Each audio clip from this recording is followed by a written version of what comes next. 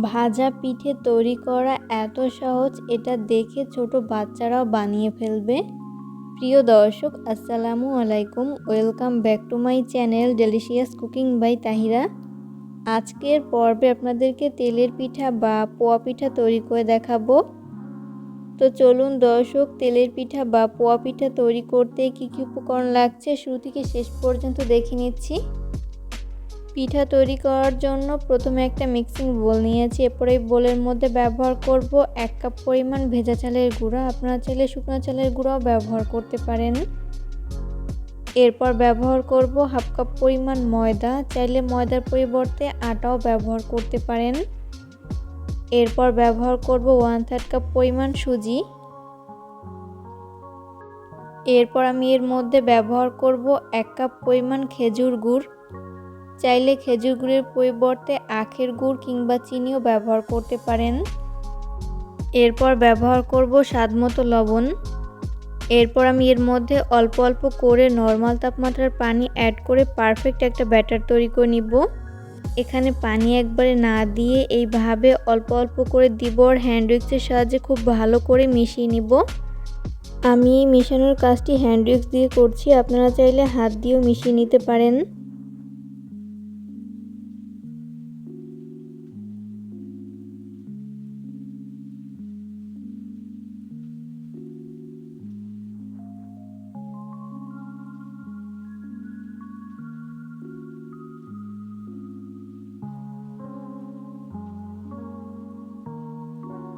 তো মেশাতে মেশাতে এরকম পারফেক্ট একটা ব্যাটার তৈরি করে নেওয়া হয়ে গেছে। আর এই ব্যাটারটি তৈরি করতে আমার এখানে 1.5 কাপের মতো পানি লেগেছে, আপনাদের কম বা বেশি লাগতে পারে।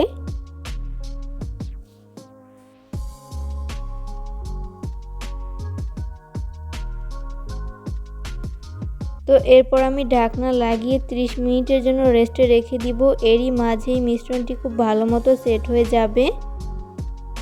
30 মিনিট পরে আমি ঢাকনা উঠিয়ে নিচ্ছি। এরপর একটা চামচের সাহায্যে খুব ভালো মতো নেড়েচেড়ে মিশিয়ে নিচ্ছি। তো দেখতেই পাচ্ছেন ব্যাটারটি খুব বেশি পাতলা আবার খুব বেশি ঘন না, মিডিয়াম ঘনত্বের একটা ব্যাটার কিন্তু তৈরি করে নিয়েছি। পিঠা তৈরি করার জন্য ব্যাটারটি কিন্তু একদমই পারফেক্ট। এরপর পিঠা ফ্রাই করে নিব। ওই জন্য চুলায় একটা গর্ত কড়াই বসিয়ে দিয়েছি। এরপর যথেষ্ট পরিমাণ সয়াবিন তেল দিয়ে তেলটাকে ভালো মতো গরম করে নিয়েছি।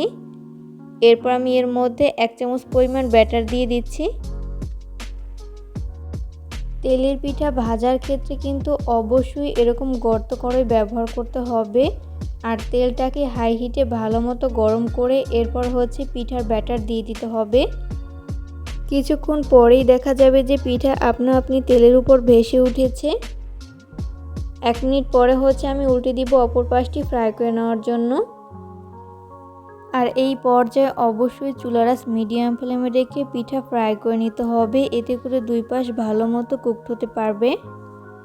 কোনোভাবেই চুলার আঁচ হাই ফ্লেমে রেখে পিঠা ফ্রাই করা যাবে না, সেক্ষেত্রে উপর থেকে খুব দ্রুত কালার চলে আসবে, তবে ভেতরটা ভালো মতো কুকড হবে না, তাই লো আঁচে ভেজে নিতে হবে।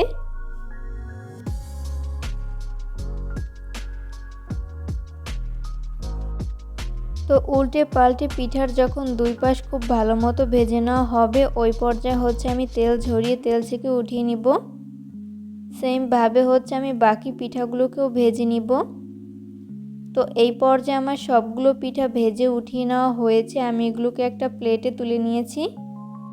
চেষ্টা করেছি রেসিপিটি সহজভাবে শেয়ার করতে। আশা করছি আজকের রেসিপিটি আপনাদের কাছে অনেক ভালো লেগেছে। রেসিপি ফলো করে অবশ্যই বাসায় ট্রাই করবেন, দেখবেন পরিবারের সবাই অনেক বেশি পছন্দ করবে আর অনেক মজা করে খাবে।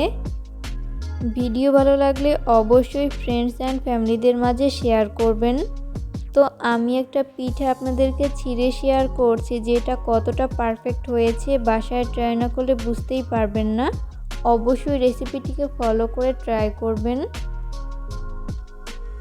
তো দেখতেই পাচ্ছেন পিঠাটা কতটা পারফেক্ট হয়েছে।